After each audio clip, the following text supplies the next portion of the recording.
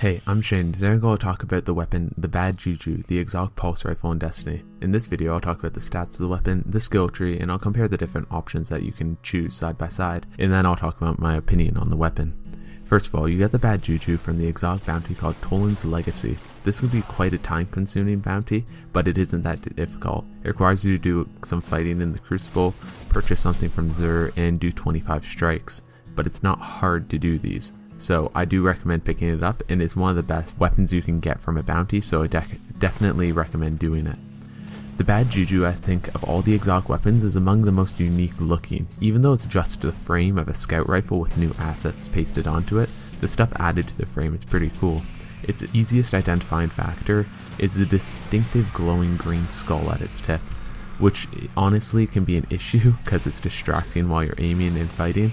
Initially it was much worse and Bungie did patch it, and before that I never actually used the weapon because it's so hard to use, but now it's tolerable and I actually think it looks cool in the value of the cool appearance. It's almost better than having a little bit extra performance. The gun's bony spine and skull make it really look like it has some lore behind it, even though the bad Juju doesn't actually have that big of a backstory. It's nice to wield and matches the high raid armor and weapons well, so it works well with the current arsenal of weapons and gear you have. The sight on the gun is just the true sight IS for scout rifles, which has been slightly modified for the weapon, and it's very effective at all the ranges that you'll be firing the weapon at, and if anything it's like pretty much the perfect sight that you could ask for on this weapon. The bad Juju has no elemental damage type to it, which is normal for a primary. The gun has a low impact and a high rate of fire, which is unfortunate because I prefer high impact pulse rifles. However, the bad Juju has a high rate of fire paired with being fully automatic, and this combination almost turns the weapon into a assault rifle, which allows you to get damage on targets very quickly. The first three upgrades are the different recoils, and as usual I'll compare those later in the video side by side. The next upgrade you unlock is hip fire, which gives you bonus accuracy when firing from the hip. This perk is honestly not very noticeable, however, I do fire from the hip a lot with this weapon since I'm going in close range with people often, so it is useful, it's just not very noticeable. The next three options you can choose from are armor piercing rounds, which makes your shots go through multiple enemies, send it, which increases your effective range, and then perfect balance, which buffs your stability significantly. These three are all very practical options, but as usual I usually go with the max stability, so perfect balance is a definite way to go in my opinion. The high rate of fire causes lining up targets to be quite difficult, making armor piercing rounds pretty much impractical, and in PvP you'll never use this. And really the range boost doesn't make a big difference with any weapons except for shotguns, so really that also doesn't have a big impact on the weapon's damage at range, and you won't be using it at that far of range anyways, so ultimately perfect balance is the best option in my opinion, and I prefer it because even shooting at longer ranges will be easier with perfect balance. The last perk, and by far the most important perk, is the string of curses. This causes the weapon to reload instantly and cause damage that is increased for every kill, and decreases the cooldown of your super by 7.5 seconds after each kill. This is a very useful perk, and it's useful in pretty much any situation, but should be noted the instant reload is activated mid-burst. So even if you get a kill after 2 shots, your magazine will only fill up to 23 because you'll be still wasting that third shot in your clip, which causes you to have one less burst in your magazine. This isn't that big of an issue, and also that ammo that is coming back to your magazine isn't from your reserves. So you have infinite ammo as long as you're getting kills with this weapon, which can be very useful if you're doing a long strike by yourself or something.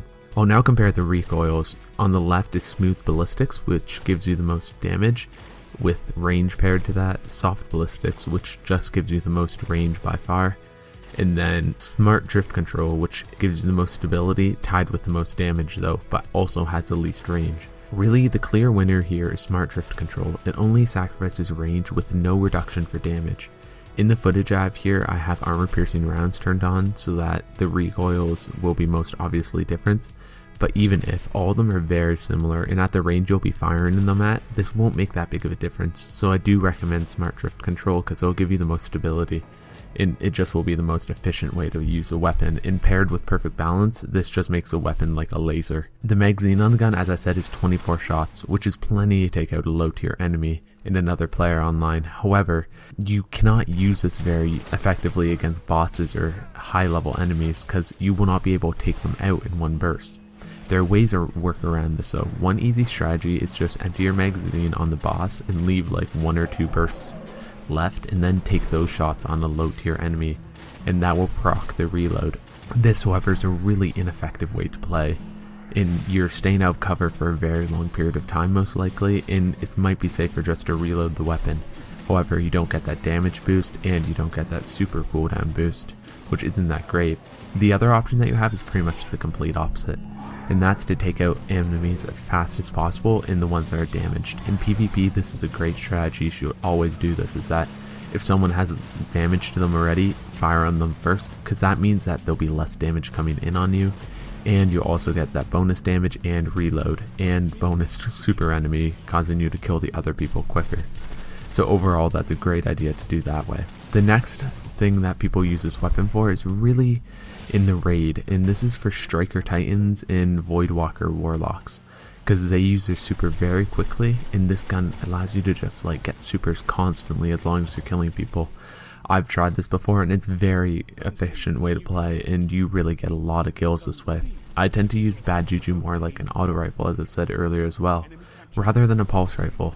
Especially after the 1.1.1 update that gave pulse rifles a great damage buff and auto rifles a down. This basically turned this weapon into the best pulse rifle that I could use at the certain range that I normally would use a assault rifle for, because you're still getting that high damage and you're getting a lot of reloads. So I find that very effective. It's not a really high skill weapon to use, so it's very easy to use and it's very effective online, and just overall it's a fun weapon. So in my opinion, Bad Juju is a great gun. Bungie really took this weapon from being absolutely awful as it was at launch, and through its buffs and updates to the game, it really turned it into a great weapon. Though it's not the top tier exotic for either PvP or story, it's great and a lot of people use it. It's complementary to certain playstyles such as Strikers or Voidwalker Warlocks, and I recommend doing the bounty for this gun. Just make sure you upgrade it though, because the String of Curses perk really makes this weapon usable. Before that, it's just a very high rate of fire pulse rifle. So thanks for watching the video though. If you have any questions, just drop a comment below. I'd love to answer them. Please consider subscribing and checking out my other videos and gun reviews, if you enjoyed this one that is. Thanks though, and I hope you have a great day.